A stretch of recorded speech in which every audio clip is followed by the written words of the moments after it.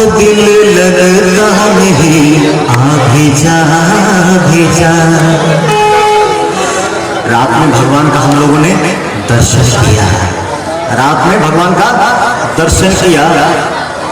आज फिर हम हरि को अपने हृदय में बुलाते हैं। भाव से सब मिलजुल करके मेरे साथ गाएंगे।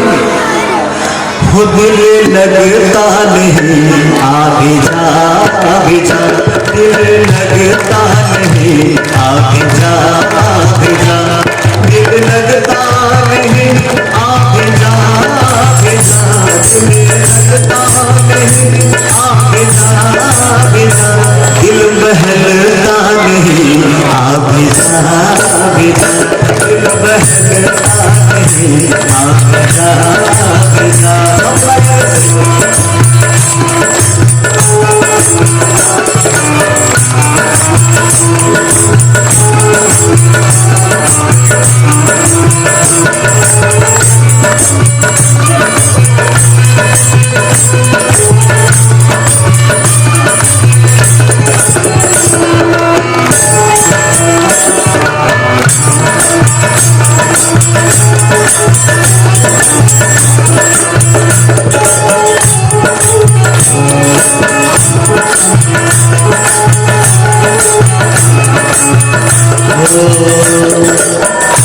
तेरे जाने का लम्हा है ठहरा हुआ, तेरे जाने का लम्हा है ठहरा हुआ, तेरे जाने का लम्हा है ठहरा हुआ। दिल निकलता नहीं आ भी जा, दिल निकलता नहीं आ भी जा, दिल निकलता नहीं आ भी जा, दिल निकलता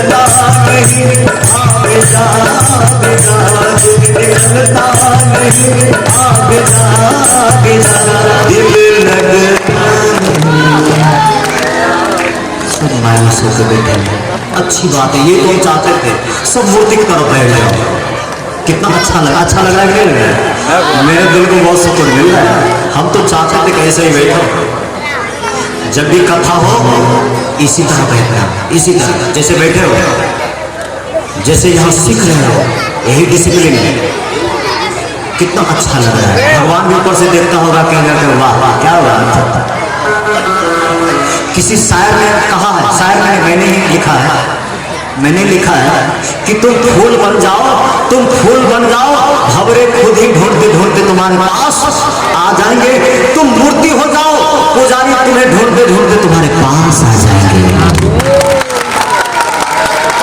तुम मूर्ति बन जाओ, मूर्ति की तरफ बैठ जाओ, मूर्ति की तरफ बैठ जाओ। और मैं कहता हूं मूर्ति की तरफ भीतर शांत हो गए, आपको कहीं जाने की जरूरत नहीं है। देखते हैं मूर्ति की तरफ बैठते हैं, अंगूर आ जाता है, पेड़ा आ जाता है, केला आ जाता है, सब आ जाता है, सब आ जाता है, सब आ जाता है। भीतर अगर सब शांत हो जाए, वही तो विधि में बता रहा हूं। कथा तो बहाना है, कथा तो बहाना है, कृष्ण को एक बहाना है, असल में आपको मूर्ति की तरफ बिठा देना है।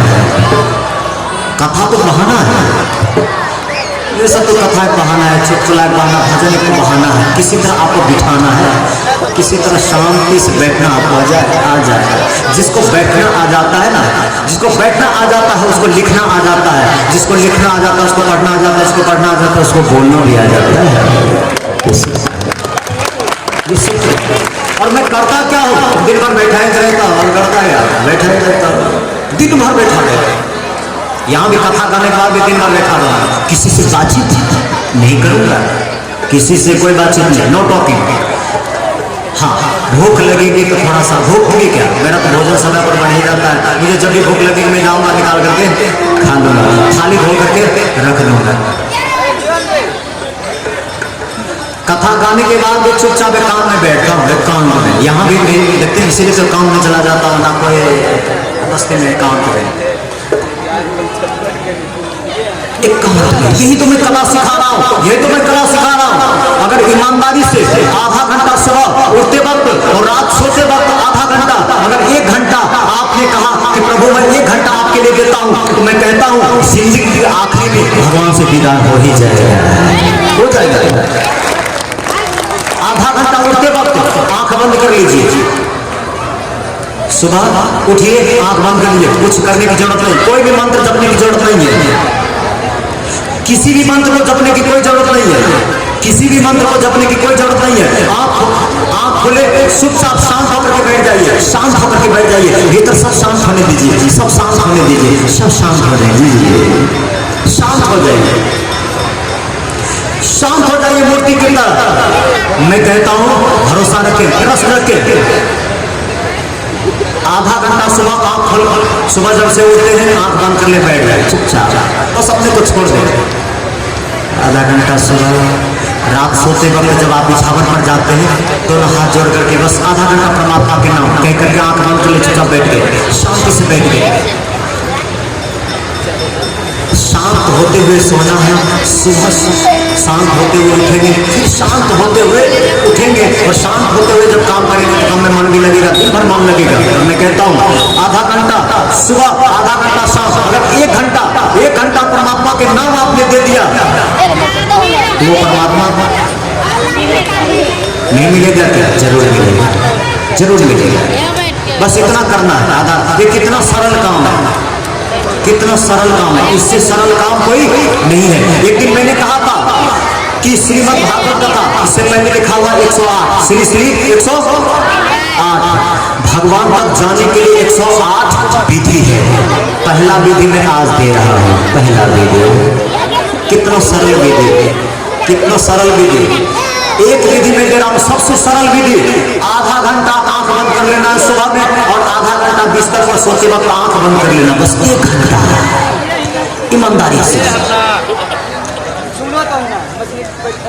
इतना सरल विधि, यही विधि भगवान शिव ने पार्वती को दिया था। यही शिव ने कहा था कि हे महादेव, मैं उसे जानना चाहता हूँ जो सच है, जो मरता नहीं है। तो महादेव ने कहा कि अगर उसे जानना चाहते हो तो आओ मेरे बगल में बैठो, आधा घंटा सुबह में, आधा घंटा रात में। भोले बाबा ने कहा कि देवी अगर उसे जानना हो जो कभी नहीं मरता, क्योंकि कथा बड़ी प्यारी है। एक बार भोले बाबा के गले में मुंडों की माला देख करके पार्वती मैया ने पूछा कि हे महादेव, आपके गले में मुंडों की माला किसकी है, किसकी है, किसकी है? तब पार्वती की आंखों, भोले बाबा की आंखों में आंसू आ गए। उसने कहा कि देवी ये आपकी मुंडी है, आपकी खोपड़ी है। आप जितने बार शरीर लिए हैं और जितने बार शरीर छोड़े हैं, जितनी बार शरीर आप धारण किए हैं, जितनी बार आप मरे हैं, उतनी बार आपका सिर हम लेकर के धारण, माला बना करके धारण कर लिए। जितनी बार मारे हैं, यानी गिनती करके देखिए कितना बढ़िया संकेत है। एक एक खोपड़ी को गिन ले पार्वती मैया। तब पार्वती मैया ने कहा कि हे महादेव, और आप कितनी बार मरे हैं? उन्होंने कहा हम एक बार भी नहीं मरते, एक बार भी नहीं मरते। अब देखो इसे, बड़ी मुसीबत है। भोले बाबा कह रहे हैं हम तो एक बार भी नहीं मरते, क्योंकि हम जन्मते मरेंगे कैसे? तो पार्वती पूछ रही है कि ऐसा करें कि वही हमको बता दीजिए, हम मरना नहीं चाहते हैं। तब पार्वती पूछ रही है कि वह विधि हमें भी बताइए जिस विधि के कारण आप अमरता को उपलब्ध हो गए। भोले बाबा कह रहे हैं कि देवी बस आंख बंद करिए, मेरे बगल में बैठ जाइए। कितना सरल सोचा है हे भगवान, कितना सरल सोचा है, इतना सरल सोच रहे हैं। मैं कहता हूं कि इस संसार में किसी चीज को पाना हो तो आपको दौड़ना पड़ेगा, क्योंकि उस चीज के पीछे बहुत सारे लोग चल रहे हैं। प्रतियोगिता है, आपको नौकरी पानी हो तो प्रतियोगिता में भाग लेनी पड़ेगी, उससे अधिक मेहनत करनी पड़ेगी, तब आपको नौकरी मिलेगी। लेकिन मैं कहता हूं इस संसार में सबसे सस्ता अगर कुछ है तो परमात्मा है, सबसे सस्ता। इसके लिए कुछ करना ही नहीं पड़ता, 1 घंटा बताओ कोई भी बैठ सकता है। ये पहली विधि में दे रहा हूं भोले बाबा की तरफ से, मैं नहीं दे रहा, भोले बाबा के पार्वती से। हे पार्वती, अगर आपको सच चाहिए, सत्य चाहिए, परमात्मा चाहिए तो आओ मेरे बगल में बैठो आधा घंटा। तो जैसे जैसे शांत होने लग जाओगे तो जो मेरे भीतर हुआ है शांत होने से, वही आपके भीतर भी हो जाएगा।